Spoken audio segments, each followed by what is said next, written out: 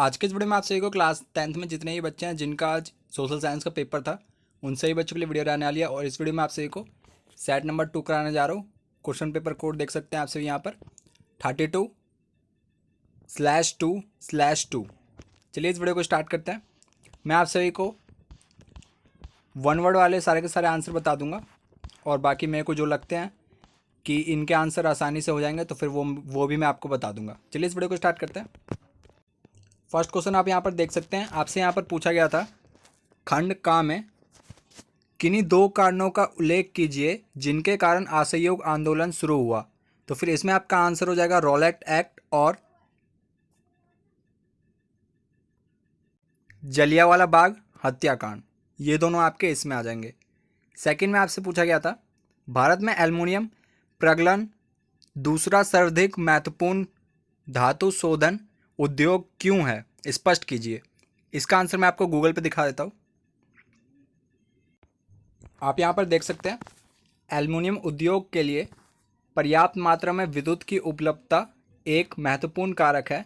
इसके अतिरिक्त बाजार से निकटता, वशिष्ठ एवं कुशल श्रम और समुचित परिवहन व्यवस्था की महत्वपूर्ण कारकों में गिने जाते हैं। तो फिर ये आपका इसका आंसर होगा। चलिए नेक्स्ट क्वेश्चन की तरफ बढ़ते हैं। थर्ड क्वेश्चन में आपको यहाँ पर एक पैराग्राफ दिया गया था जिसमें आपको दो क्वेश्चन के आंसर देने थे। फर्स्ट में आपसे पूछा गया था कि मेघा ने किस प्रकार का ऋण स्रोत से कर्ज लिया है। तो फिर इसका आपका आंसर हो जाएगा औपचारिक ऋण, औपचारिक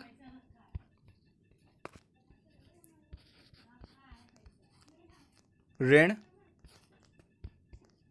और सेकंड वाले में हो जाएगा आपका, सेकंड वाले में आपको बताना था इन स्रोत में दी गई ऋण की शर्तों की व्याख्या कीजिए। तो फिर इसमें आपका आंसर हो जाएगा, यहाँ पर आपको शर्तें लिखनी थी। तो फिर इस कर्ज पर ब्याज की वार्षिक दर 12% है और इस कर्ज को 10 साल में मासिक किस्तों में लौटाया जाना है। मेघा को बैंक से कर्ज लेने से पहले उसे अपनी नौकरी और वेतन संबंधी रिकॉर्ड दिखाने पड़ते हैं। तो फिर ये आपको आंसर लिखना था। नेक्स्ट क्वेश्चन की तरफ बढ़ते हैं। फोर्थ क्वेश्चन में आप सभी को अंतर स्पष्ट करना था विपक्षी दल का और सत्तारूढ़, यानी कि जो अभी सत्ता में है पार्टी और जो विपक्षी दल है उन दोनों के बीच में आपको यहाँ पर अंतर स्पष्ट करना था। तो फिर इसका आप आंसर खुद लिख लेंगे क्योंकि ये आपका थ्योरी बेस्ड हो जाएगा, आपको गूगल से ये मिल जाएगा। फिफ्थ क्वेश्चन में आपको कच्चे माल के आधार पर उद्योगों का वर्गीकरण कीजिए, ये आपका फिफ्थ क्वेश्चन था। यहाँ पर आपका आ जाएगा कृषि आधारित और खनिज आधारित।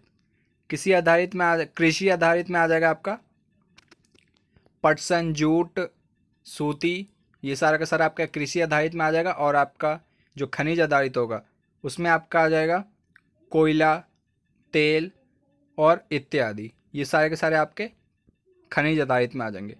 सेक्शन बी है आपका, यानी कि खंड खा।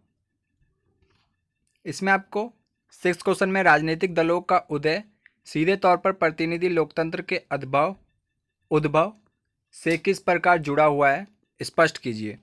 तो फिर ये भी आंसर आप अपने आप करेंगे। सेवंथ में आप सभी को ये दे रखा था कि विभिन्न सामाजिक समूहों ने सवर्णीय अवज्ञा आंदोलन में भाग क्यों लिया, उदाहरण के साथ स्पष्ट कीजिए। तो फिर आप यहाँ पर इसका आंसर देख सकते हैं उत्पीड़न और दमन के साझा भाव ने विभिन्न समूहों को एक दूसरे के साथ बांध दिया था, लेकिन हर वर्ग और समूह पर उपनिवेशवाद का असर एक जैसा नहीं था। उनके अनुभव भी भिन्न थे और स्वतंत्रता के मायने भी अलग थे।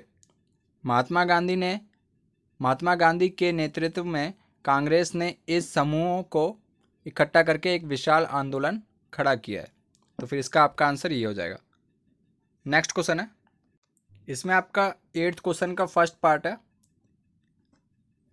बैंक कुछ एक उधार लेने वालों को ऋण क्यों नहीं देते, स्पष्ट कीजिए।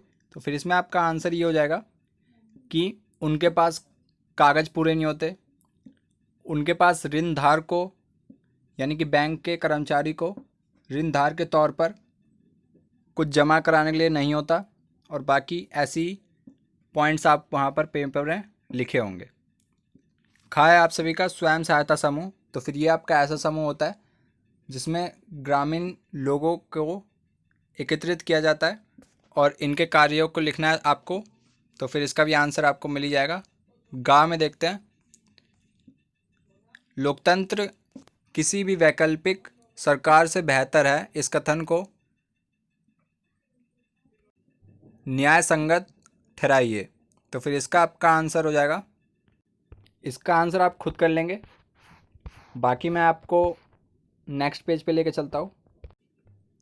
11th क्वेश्चन में आपको फर्स्ट क्वेश्चन पूछा गया था कि पर्यटन के महत्व को स्पष्ट कीजिए, यानी कि आपको यहाँ पर पर्यटन के महत्व को स्पष्ट करना था। तो फिर इसका आंसर आप इसमें से लिख सकते हैं, बहुत आसान था। पर्यटन राष्ट्रीय एकता को प्रोत्साहित करता है तथा स्थानीय हस्तकला व सांस्कृतिक उद्यमों को प्रश्रय देता है। और यहाँ तक ये आप इसका आंसर लिख देंगे तो फिर आपको नंबर मिल जाएंगे। सेकंड क्वेश्चन आपको इसमें पूछा गया था कि विरासत पर्यटन का कोई एक उदाहरण दीजिए। तो फिर इसमें आप आंसर लिख सकते थे सांस्कृतिक, या फिर आप यहाँ पर देख सकते हैं, यहाँ पर बहुत सारे लिखे हुए हैं, आप इनमें से कोई सा भी एक लिख देंगे तो फिर आपको नंबर यहाँ पर मिल जाएंगे। नृत्य, भवन, संगीत, भाषा, संस्कृति, तो फिर ये सारे के सारे आपके इसके उदाहरण हो गए। नेक्स्ट क्वेश्चन की तरफ चलते हैं। क्वेश्चन नंबर 12 में आप सभी को इन 3 क्वेश्चंस का आंसर देने थे। तो फिर इसका आंसर आप पैराग्राफ में से आसानी से ढूंढ सकते हैं, बहुत आसान थे। बाकी मैं आपको मैप का आंसर बता देता हूँ। यहाँ पर आप सभी को फर्स्ट में ये बताना था कि किस स्थान पर भारतीय राष्ट्रीय कांग्रेस का अधिवेशन सितंबर 1920 में हुआ था। तो फिर इसका आपका आंसर हो जाएगा कलकत्ता अधिवेशन हुआ था। तो फिर आपको मैप में, जो आपको मैप मिला होगा वहाँ पर आपको कलकत्ता लगाना था। 13.2 में आप सभी को पुणे को लगाना था और यहाँ पर तापीय ऊर्जा संयंत्रण को दर्शाना था मैप में। और इसमें आपको सेकंड में चेन्नई अंतर्राष्ट्रीय हवाई पतन को दर्शाना था। तो फिर ये आपका नीचे होता है मैप के। तो फिर अगर आपने वो आंसर लगाया होगा तो फिर वो आपका आंसर करेक्ट होगा। तो फिर ये पूरा पूरा पेपर था जो मैं आपको बता चुका हूँ। और फिर भी आपको कोई डाउट है तो फिर आप कमेंट में पूछ सकते हैं। बाकी मिलते हैं आपसे नेक्स्ट वीडियो में किसी नए टॉपिक के साथ। तब तक के लिए जय हिंद, जय भारत।